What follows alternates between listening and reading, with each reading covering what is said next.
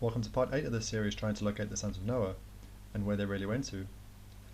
Now in this video we're going to be looking at the four sons of Ham: Cush, Mizraim, Put, and Canaan. But before we do that, let's look to see what this word Ham means. Now it says hot, or protective wall, from the verb to be hot, to protect or surround. Now the idea of this hot, it says it's like a mental sense to be excited or angered. It might refer to like mental burning or anger or rage. So this might actually explain when we think about some of his descendants like Cush and Nimrod. You know, some of these traits might have passed on to his descendants. And there's another connection with heat and black. We'll speak about that maybe later on. Let's look to see what the book of Jubilees says about the land that was allotted to the four sons. It says, "And Ham divided amongst his sons, and the first portion came forth for Cush towards the east, and to the west of him for Mizraim, and to the west of him for Put, and to the west of him, and to the west thereof on the sea for Canaan." And now the good thing for us with the sons of Ham is that we do have, you know, a certainty with Egypt, okay, because it's such a famous ancient kingdom that's kind of stood the test of time in a way, because you know you can't really move these pyramids; they've been there all this time. So that helps us because, you know, if we know Egypt for sure and where that is, it helps us with the brothers. So Egypt was known as the land of Mizraim, but the Greeks knew it as Egypt, and that might come from this character in the Greek mythology, Aegyptus, who was a legendary king of ancient Egypt. And if you're interested what Egypt means, just look quickly. It says the temple of Ptah, or married to tragedy. Ptah is an Egyptian god. So that's what that Egypt means, according to this site. And this site does seem very good for interesting meanings and summaries for these words. So we got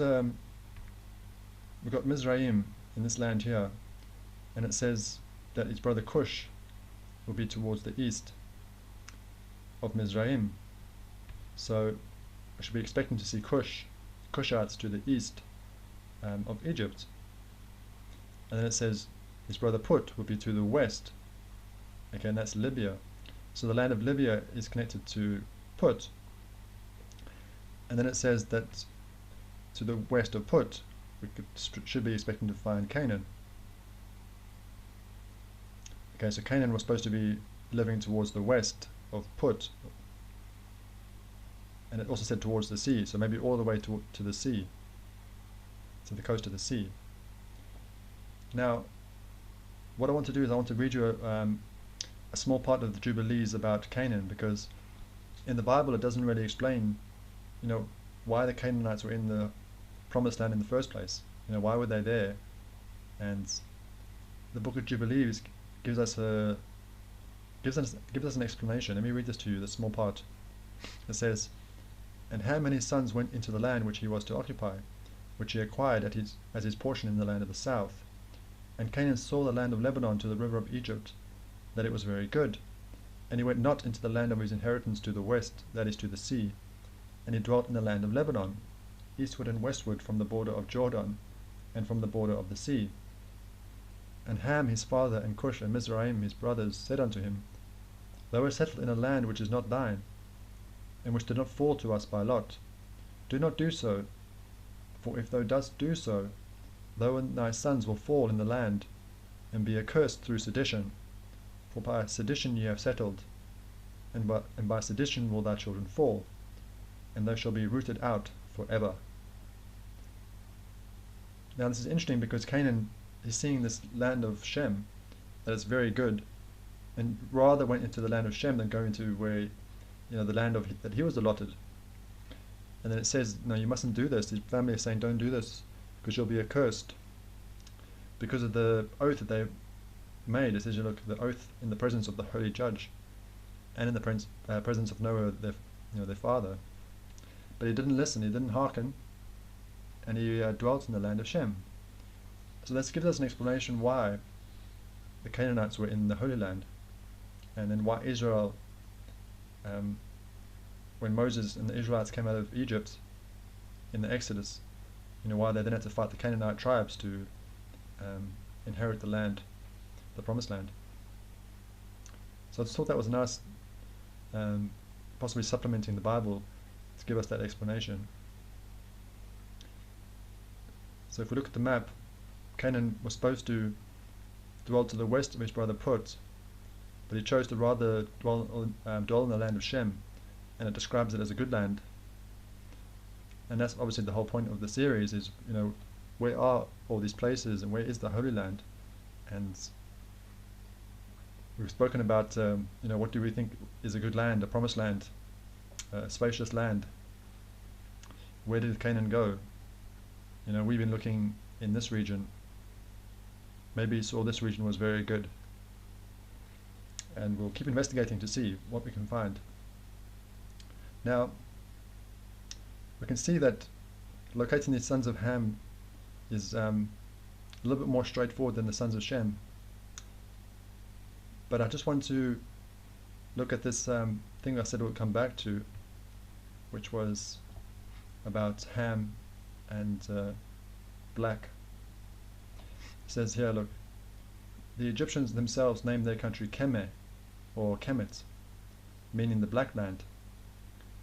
So this is a bit of a controversial thing, because the Egyptians naming their country Kemet, which means the black land, but the scholars and the Egyptologists, they're saying that it means black soil.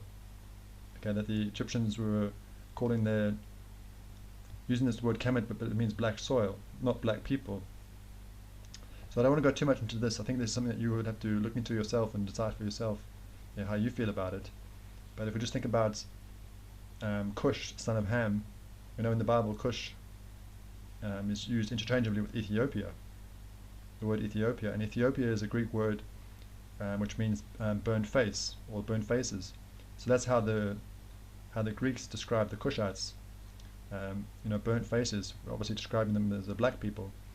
So what were the Egyptians? Why were the Egyptians calling the land Kemet, which is connected to black? Was it because of the black people there, or was it because of the black soil?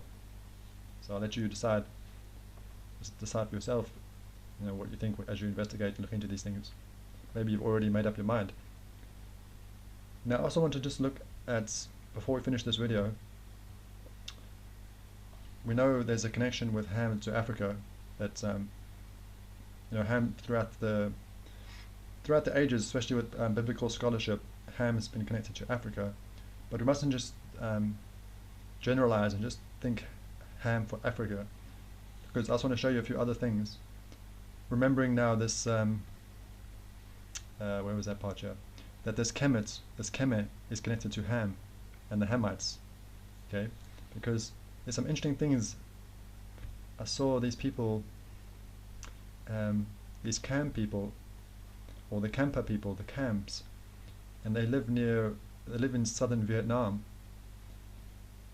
And I couldn't help notice the similarity of the name with Kemet and Cam. So I was wondering if these could be Hamites. So you can see their appearance, and they're considered Austronesian people. Just to kind of show you, now obviously this is speculative link just based on the similarity of the name. I don't know for sure if they are Hamites, but just potentially to show that we mustn't make assumptions about what the Hamites may have looked like. Mustn't think generalize and only connect Ham with black people, and also not just connected with Africa. Because if we look at this Cam, and